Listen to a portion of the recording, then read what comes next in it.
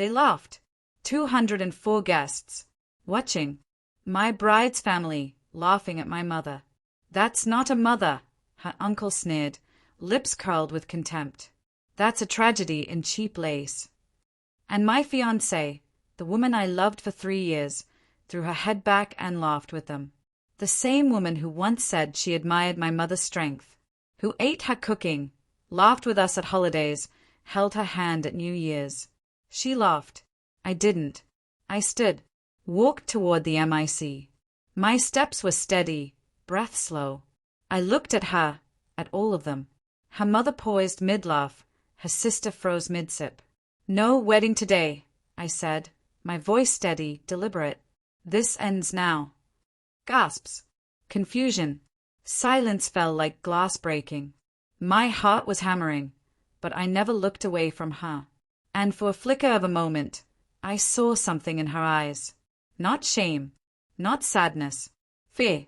But I wasn't finished. I turned to the guests. If you insult the woman who raised me from nothing, you insult the man I've become.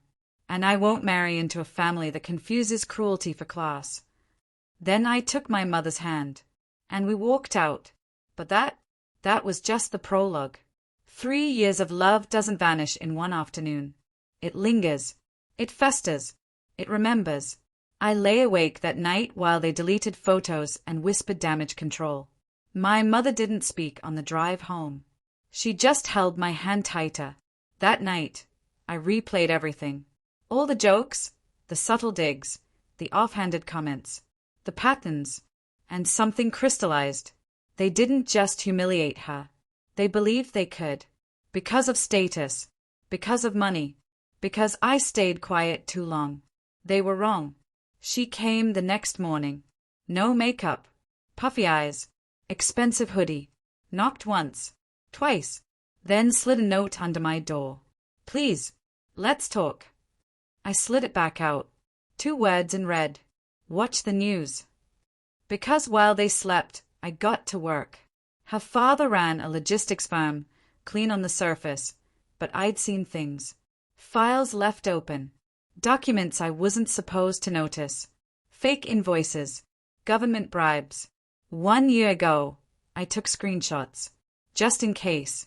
That morning, I sent everything, anonymously, to federal agencies, and to a journalist friend from college. By noon, his company name flooded the headlines. Fraud. Exploitation. Bribery. But I didn't stop there. Her mother's charity, Feeding Futures? Only half the donations ever reached the kids. The rest? Siphoned through shell companies I helped her set up.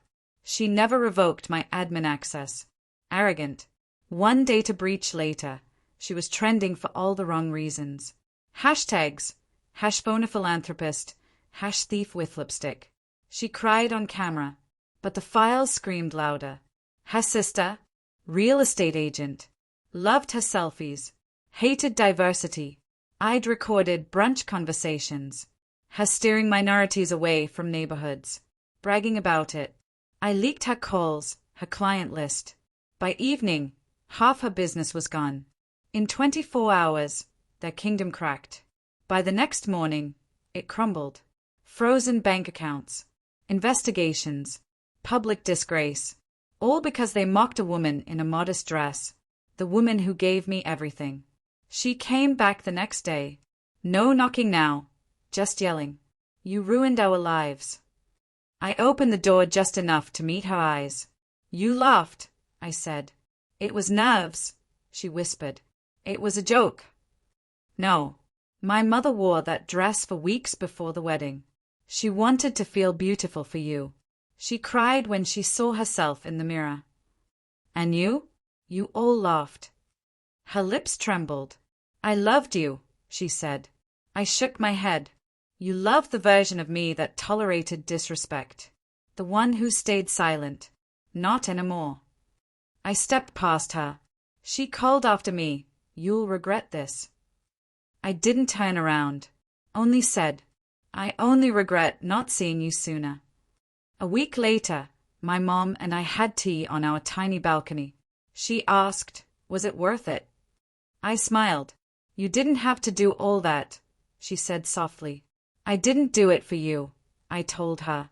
I did it to remind them. What happens when you mistake silence for weakness? She smiled. Proud. Quiet. Some people think kindness means surrender. But I was watching. I always was. And now? They lost everything.